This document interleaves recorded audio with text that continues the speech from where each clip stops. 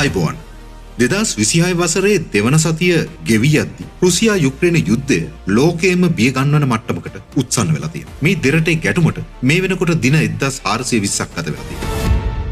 විශේෂයෙන්ම පසුගිය පැය 48ක කාලය තුල සිදු වූ සිදුවීම් මාලාව දෙස බලනකොට අපිට පෙනී යන්නේ සාමය වෙනුවට තවත් මහා පරිමාණ විනාශයක් කරා මේ යුද්ධය ක්‍රමක්‍රමයෙන් ගමන් කරමින් පවතින බවයි.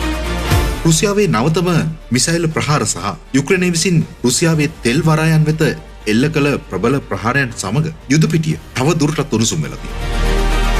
අද අපි කතා කරන්නේ පසුගිය පැය 48ක කාලය තුල සිදු මේ සිදුවීම් සහ මේ වගේ ඉදිරි බලපෑම් සම්බන්ධ. ඔබ තාමත් 363 ශ්‍රී ලංකා YouTube නාලිකාව subscribe කර නැත්නම් පහළ ඇති subscribe බටන් ක්ලික් කර අපත් සමග එකතු වෙන ලෙස සහෘද ඔබට මතක් කරන අතරේ අපි යන් අද වීඩියෝ.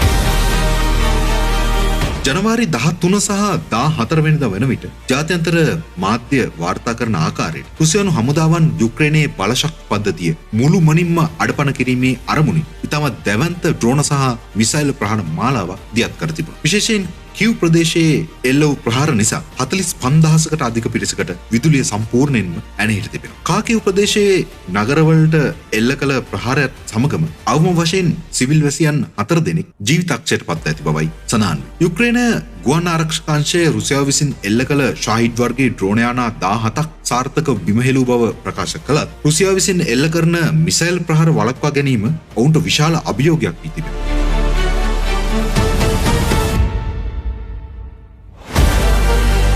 කෙසේ වෙතත් රුසියාවේ ප්‍රහාර හමුවේ යුක්‍රේනයත් පසුබසින්නේ නැහැ. පසුගිය පැය 48ක කාලය තුල යුක්‍රේන ඩ්‍රෝන යානා රුසියාවේ වරායන් කිහිපයකට ප්‍රහාර එල්ල කරා. මේ රුසියාවේ තෙල් අපනයනය සඳහා ඉතා ප්‍රබලව බලපානු ඇති බවයි සඳහන් වෙන්නේ. මෙම ප්‍රහාරයන්ගෙන් තෙල් ප්‍රවාහනය කරන නෞකා කිහිපයකටම හානි සිදු ඇති බව වාර්තා වෙනවා. මේ රුසියානු ආර්ථිකයට ඍජුව එල්ල කළ මරු පහරක් වැනි දෙයක් වෙනු ඇති බවයි විදේශ ආරක්ෂක විචාරකයන් සඳහන්. යුක්‍රේනය පවසන්නේ රුසියාව තම රටේ බලශක්තිය විනාශ කරනවා නම් රුසියාවේ තෙල් සම්පත විනාශ කිරීමට Taman දෙවරක් නොසිතන බව.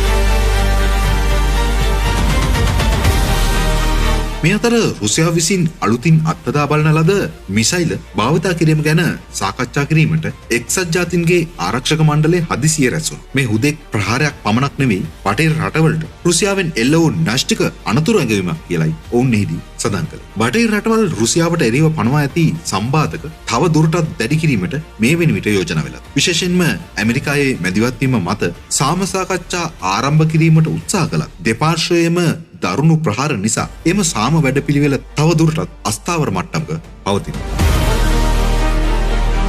පසුගිය පැය 48ක කාලය මගින් අපිට පෙන්වලා දෙන්නේ මේ යුද්ධය අවසන් වීමට තවත් බොහෝ කාලයක් ගත විය හැකි බව. මෙය මුළු ලෝකයේම ආර්ථිකයට සහ සාමයට තර්ජනයක් විය හැකියි. රුසියා යුක්‍රේන යුද්ධයේ මෙවැනි අලුත් තොරතුරු දැනගන්න දිගටම අපේ channel එකත් එක්ක එකතු වෙන්න. ඔබ සිතන්නේ කුමක්ද? යුක්‍රේනයට මේ ප්‍රහාර හමුවේ ජයග්‍රහණය කළ හැකි වෙයි. ඔබේ අදහස් පහලින් කමෙන්ට් කරන්න. වීඩියෝට ලයික් එකක් දාලා යාළුවන් අතරේ ෂෙයා කරගන්න. සහෘද ඔබ හැමට ආරාධනා කරසින්. අපි තවත් අලුත් වීඩියෝකින් නැවතත් හමු. එතෙක් ඔබට අයිබෝවන්.